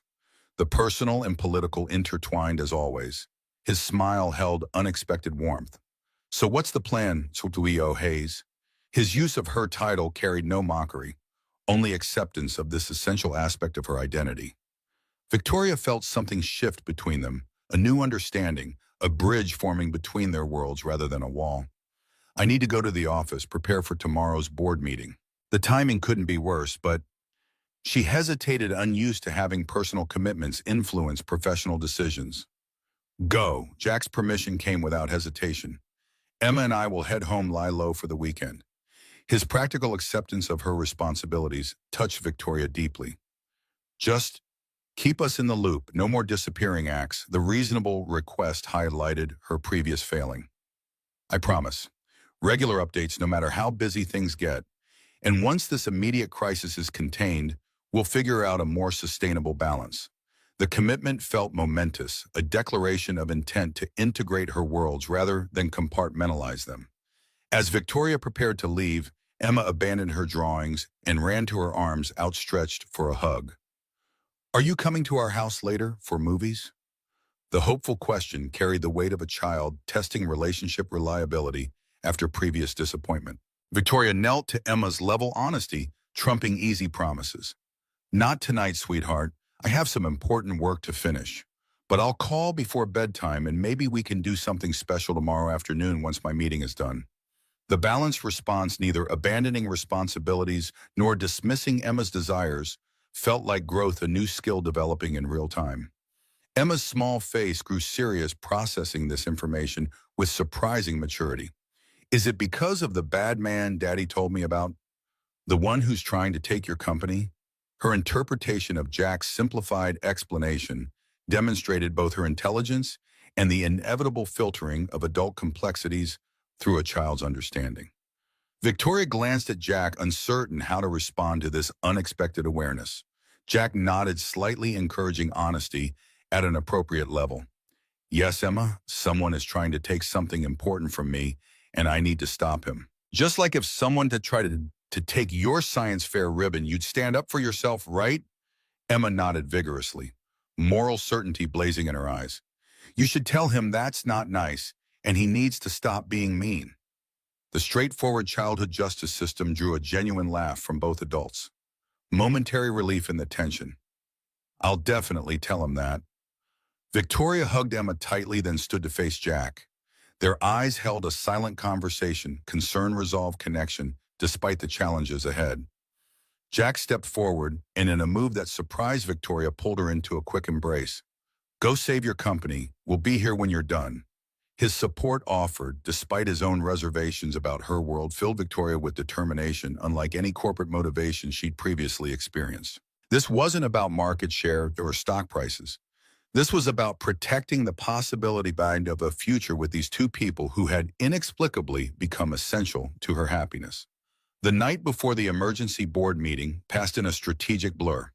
Victoria worked through the night at Hayes Tower, her executive team rallying around her with loyalty that Trevor had clearly underestimated.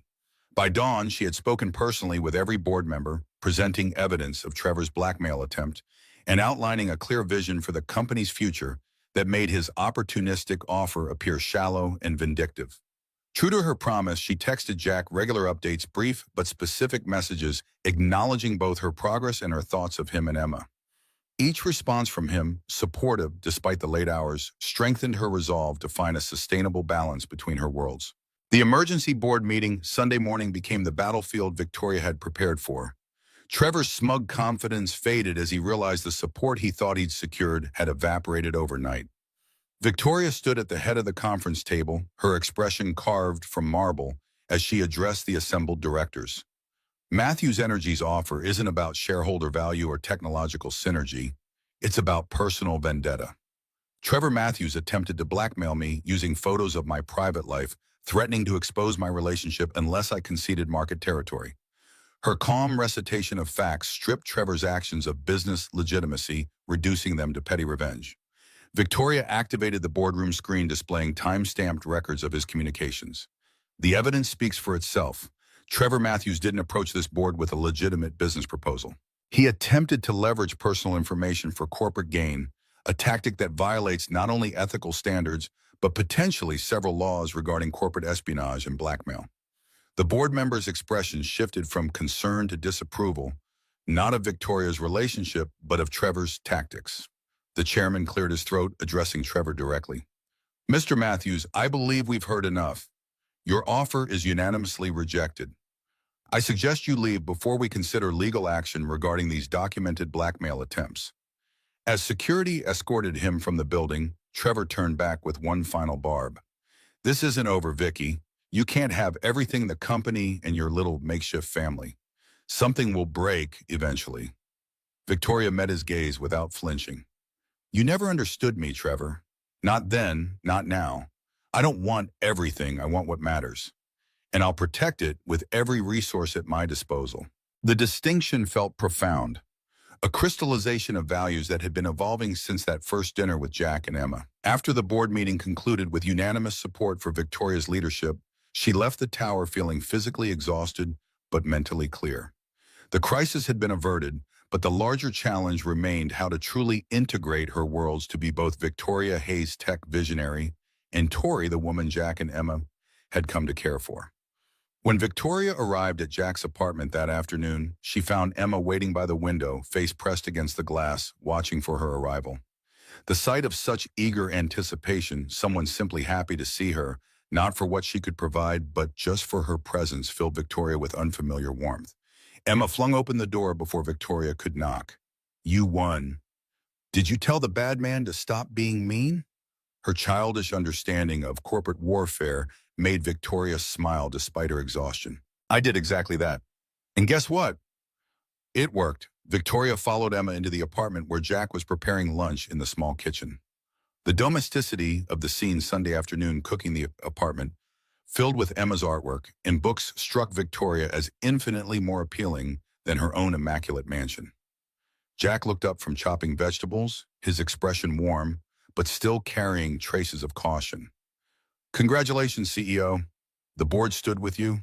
His question sought confirmation of what he already knew from her texts, but also probed for her emotional state after the confrontation. Unanimously, Victoria accepted the glass of water he offered their fingers, brushing in a moment of connection. "Trevor underestimated how transparent his motives were, and how loyal my team is." She settled at the kitchen counter, watching Jack's confident movements around the small space. "But this isn't the end. Trevor won't give up easily, and there will be other challenges. Being with me comes with complications." Jack continued preparing the lunch, his hands steady and sure. "Life comes with complications, Victoria." His use of her full name rather than Tori felt significant, an acceptance of her complete identity, not just the parts he'd first been shown.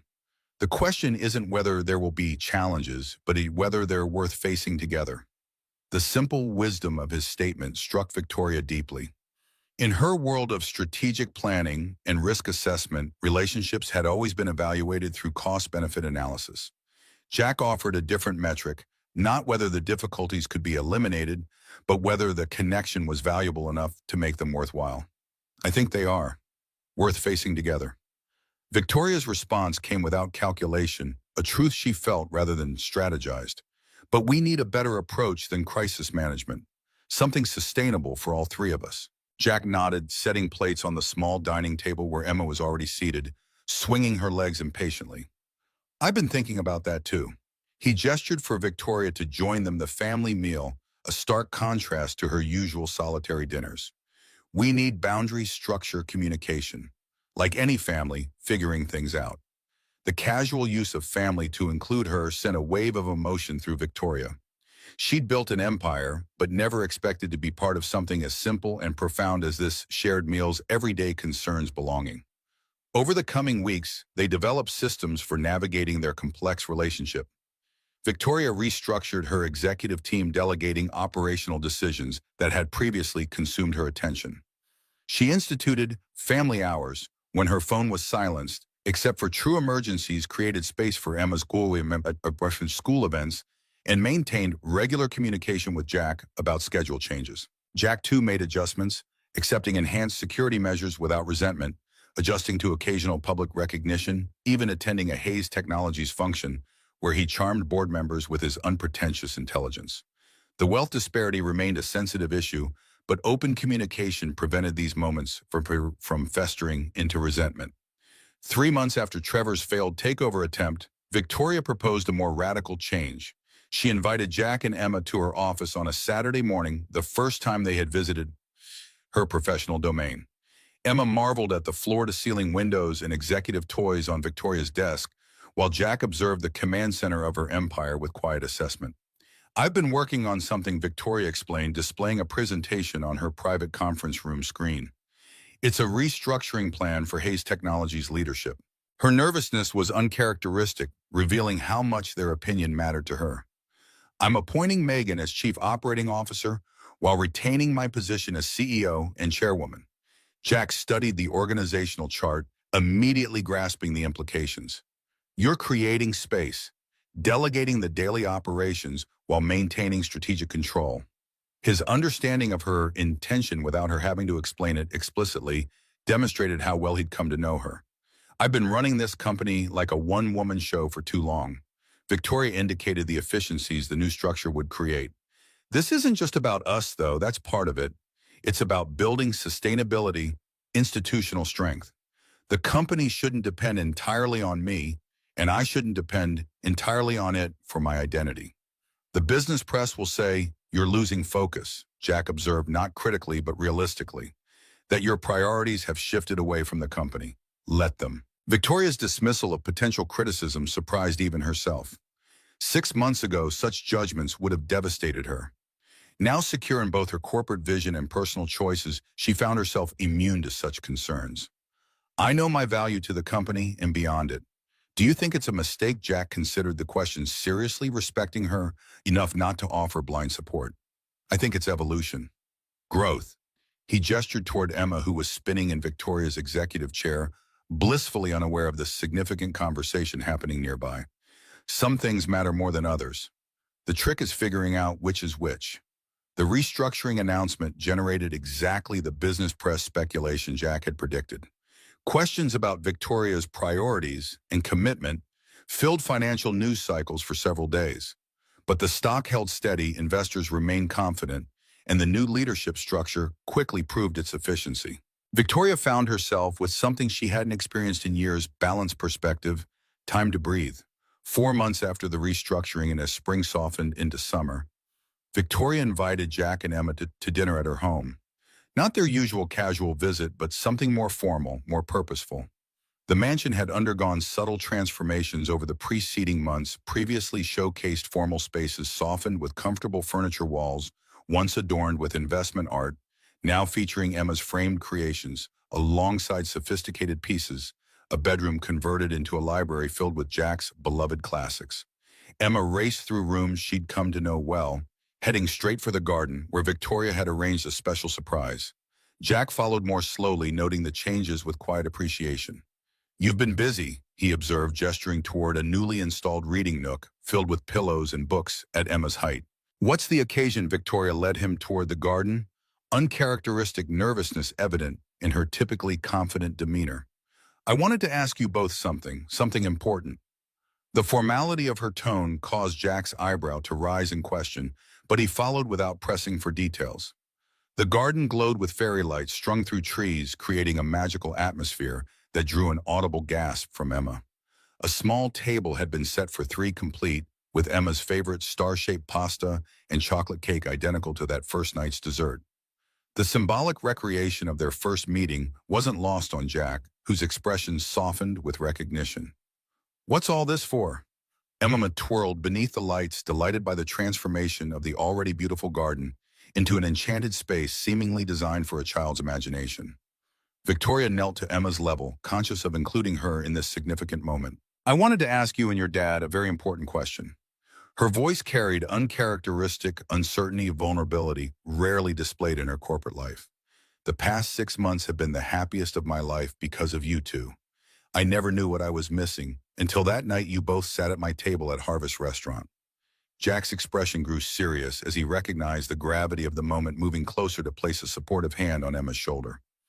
Victoria continued, addressing them both equally. "I've been thinking about how much time we spend going back and forth between our homes, how complicated our schedules get, how we're building one life across two spaces." Her carefully prepared speech faltered slightly as emotion threatened her composure. "What I'm trying to ask is, would you consider moving in here, making this your home too?" The question hung in the evening air, more consequential than any merger proposal or acquisition offer Victoria had ever extended. Emma looked to her father, instinctively understanding that while her opinion mattered, this adult decision required his approval. Jack's expression remained unreadable for a moment that stretched Victoria's nerves to breaking point. Then he asked the question that cut to the heart of everything. "Why here? Why not us offering you space in our apartment?" The query wasn't confrontational but essential, testing whether Victoria truly understood what integration meant, whether her proposal stemmed from genuine desire for shared life or merely convenient absorption of them into her world. Victoria had anticipated this crucial challenge. I considered that. Her honesty acknowledged the validity of his question. But your apartment is near Emma's school, your work, the community you've built. This place is just a house I bought to impress people who never really mattered. She gestured to the mansion behind them. It only started feeling like a home when you two began spending time here. I'm not asking you to join my world. I'm asking if we can build something new together using the resources we all bring. The distinction resonated with Jack, whose expression softened further. And if I said this is too much too soon, his question tested boundaries, exploring Victoria's flexibility rather than rejecting her proposal outright. Then we find another solution, a new place altogether or more time at your apartment, or whatever feels right. Victoria's immediate willingness to adapt to prioritize their comfort over her preference demonstrated growth that didn't escape Jack's notice. I'm not attached to this house, Jack. I'm attached to you and Emma. The space is just details we can figure out together. Emma, who had been following this adult exchange with unusual patience, finally interjected with characteristic directness. Does this mean Tori would be with us every day? No more saying goodbye at night. Her question distilled the proposal to its emotional essence, consistent presence rather than intermittent visits. Victoria nodded, emotion tightening her throat. That's the idea, sweetheart. If you and your dad want that too, the vulnerability of the moment, placing her deepest hopes in the hands of a 6-year-old and the man she'd grown to love, contrasted sharply with the calculated risks of her business world. Emma's face lit with immediate certainty. Yes, we should all live together and be a family. Her enthusiastic endorsement, while heartwarming, didn't distract Victoria from Jack's still thoughtful expression. His decision carried greater complexity, adult concerns about independence, identity, and the power dynamics inherent in their unusual situation. Jack stepped away slightly, creating space for careful consideration. You know what concerns me most about this proposal? His tone remained gentle despite the serious question. Not the wealth difference, not the media attention, not even the practical adjustments. It's that Emma's getting attached to the idea of us as a permanent family, and we haven't actually discussed what that means long term.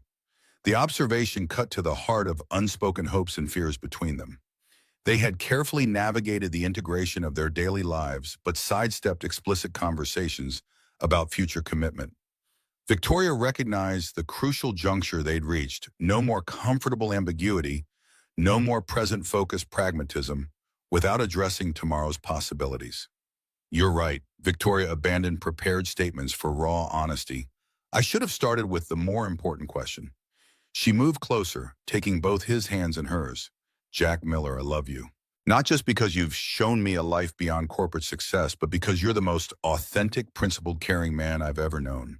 I love your dedication to your students, your patience with Emma, your unwillingness to be impressed by anything except genuine character. Jack's expression softened further, but Victoria continued, needing to express everything this moment demanded. I love Emma as if she were my own. I know I can never replace her mother, and I would never try. But I want to be a consistent, loving presence in her life, not just now, but always. If living together feels too soon, I understand completely. But I want you both to know that for me, this isn't a trial run or a convenience. It's a commitment to building a life together, however that looks. The unvarnished emotions stripped of corporate calculation or strategic phrasing hung between them. Jack studied Victoria's face, seeing beyond the powerful CEO to the woman who had gradually revealed herself over months of shared experiences, challenges, and quiet moments of connection. We've done everything backward, haven't we? Jack's observation carried no judgment, merely amused recognition of their unconventional path. Most people date, say I love you, discuss commitment, then consider living together. We started with family dinners and parenting discussions, navigated media scandals and corporate takeovers, and now we're finally getting to the "what does this mean for our future" conversation. His characterization drew a relieved laugh from Victoria, tension breaking like storm clouds parting. Emma watched this adult exchange with the solemn attention of a child, absorbing important relationship dynamics or unconsciously learning patterns that would shape her own future, understanding of love and commitment. I have conditions. Jack's expression grew serious again, though his hands remained in Victoria's. Not request non-negotiable conditions. His firmness triggered momentary anxiety in Victoria until she recognized the healthy boundary setting of a man who knew his own worth, who wouldn't be subsumed by her wealth or status. Name them. Victoria's immediate acceptance of his terms without defensiveness or negotiation demonstrated her recognition of their equal standing in this relationship despite external power imbalances. Jack listed his requirements with calm certainty. I keep my job. Teaching isn't just what I do, it's who I am. We maintain connections with my community in Brooklyn. Emma needs that grounding. I contribute financially to our household in proportion to my ability, no free rides. His conditions focused on maintaining his identity and dignity, reasonable boundaries that Victoria had anticipated and respected. Then came the unexpected fourth condition delivered with gentle intensity. And I need to know that you're all in, Victoria, not just for now, not just until the novelty wears off or work reclaims your focus. Emma and I come as a package deal for life, no exit strategies or golden parachutes if things get complicated. The corporate metaphors weren't accidental, directly addressing the business mindset Victoria had cultivated for years. He was asking for commitment without hedging investment, without diversification concepts that ran counter to sound business strategy but defined meaningful personal relationships. Victoria answered without hesitation, certainty, replacing earlier nervousness. All in. No exit strategies, no divided attention, no prioritizing corporate success over family needs. I've spent my life building something impressive, but ultimately empty without people to share it with. You and Emma aren't accessories to my success story. You're the point of it all, the reason any of it matters. The declaration settled between them, reshaping their understanding of past and future. Jack's expression transformed caution, giving way to certainty. Then yes, to moving in together, to building this life you're describing, to all of it. His acceptance encompassed Victoria's proposal and expanded beyond it, embracing the fuller commitment she'd articulated. Emma, watching with increasing impatience, finally burst in with practical concerns. Can I bring all my stuffed animals, and will I have my own room? Her priorities drew affectionate laughter from both adults, grounding their emotional moment in the practical realities of family life. The transition happened gradually over the following weeks. Jack and Emma didn't simply move into Victoria's mansion. They transformed it together into a true family home. Emma's room became a creative project they tackled as a trio: purple walls, as she'd insisted, star-shaped lighting fixtures and bookshelves filled with their growing collection of science and adventure stories. Jack converted one of the mansion's formal sitting rooms into a comfortable study where he could grade papers and prepare lessons, maintaining his professional identity even as his personal life evolved. Victoria found herself changed by their presence in ways she hadn't anticipated. She learned to loosen her perfectionism, to find joy in Emma's creative chaos, to value Jack's practical wisdom above corporate accolades. She still led Hayes Technologies with vision and authority, but no longer defined herself exclusively through that role. 1 year after their chance meeting at Harvest Table, Victoria arranged a special anniversary dinner in their garden. The fairy lights remained permanently installed among the trees, casting a warm glow over the table set with the same menu from that first night, including star-shaped pasta for Emma and chocolate cake with a candle. Emma insisted on recreating the original encounter with theatrical precision. I'll be the little girl who needs cake, and Daddy, you be the daddy who promised chocolate. Her direction demonstrated how thoroughly the story of their meeting had become family mythology, a creation narrative treasured and retold. Jack played along, adopting a pleading tone toward an imaginary hostess. Please, just a quick dessert at the bar. It's her birthday, and I promised her the chocolate cake here. His recreation of that pivotal moment drew appreciative laughter from Victoria, who recognized how profoundly that simple act of kindness had altered all their lives. As they enjoyed their meal together, Victoria reached for the small velvet box she'd been carrying for days. She'd considered elaborate proposals, rooftop restaurants, private concerts, exotic vacations, but ultimately recognized that this setting, their home and garden, held the most meaning. Before I forget, I have something for both of you. Victoria passed Emma a small gift-wrapped package. The child tore into it eagerly, revealing a delicate silver bracelet with 3 interlinked charms, a book, a microscope, and a heart. It's us, Emma exclaimed, immediately recognizing the symbols. The book for Daddy, the science thing for me, and the heart for all of us. Her intuitive understanding of the symbolism touched Victoria deeply. That's exactly right. Victoria helped Emma fasten the bracelet around her small wrist. And there's something else. Something I want to ask your dad, but I wanted to ask for your permission first. Would that be okay? Emma nodded solemnly, instinctively understanding the importance of the moment. Jack watched with curious confusion as Victoria retrieved the velvet box from her pocket and knelt beside his chair. Jack Miller, 1 year ago, you sat at my table as a stranger and changed my life completely. You showed me what it means to live with integrity, to love without calculation, to build something meaningful beyond corporate success. She opened the box, revealing a simple platinum band. I want to continue this journey not as CEO and teacher, not as billionaire and single dad, but as partners equals family. Will you marry me? The proposal, unconventional, like everything in their relationship, hung in the garden air. Jack's expression shifted from surprise to something deeper, more profound. Victoria Hayes, tech billionaire, proposing on one knee to a high school teacher, it defied every conventional narrative, yet felt absolutely right. Emma could barely contain herself, bouncing on her toes beside them. Say yes, Daddy, say yes. Her investment in the outcome was total, her face alight with hope. Jack reached out, taking Victoria's hand and pulling her to her feet. I never expected any of this. His voice held wonder rather than doubt. A year ago, I just wanted chocolate cake for my daughter. Now I'm being proposed to by the most remarkable woman I've ever known. His eyes held hers, serious despite his smile. Are you sure, really sure, this isn't just the next logical step in your 5-year plan?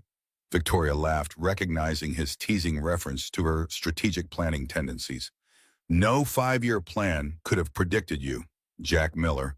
You're the variable that changed all my calculations, the factor I never accounted for. And I've never been more certain of anything in my life. She squeezed his hands. So, what's your answer? Jack glanced at Emma, whose anticipation had reached nearly unbearable levels, then back to Victoria. Yes, of course yes. To all of it, marriage, family, our future together. The simplicity of his acceptance matched the directness of her proposal, no qualifications or conditions necessary. Emma erupted in celebration, dancing around the garden as Victoria slipped the ring onto Jack's finger. He pulled her into an embrace, whispering against her hair, "You know this breaks every rule of conventional romance. Aren't I supposed to be the one proposing with a diamond ring?"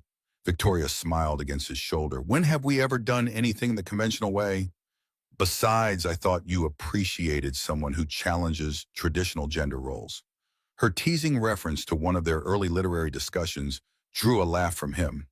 True enough, Jack examined the platinum band, its subtle engraving catching the fairy lights. "What does it say?" He squinted at the inscription. "Worth fighting for."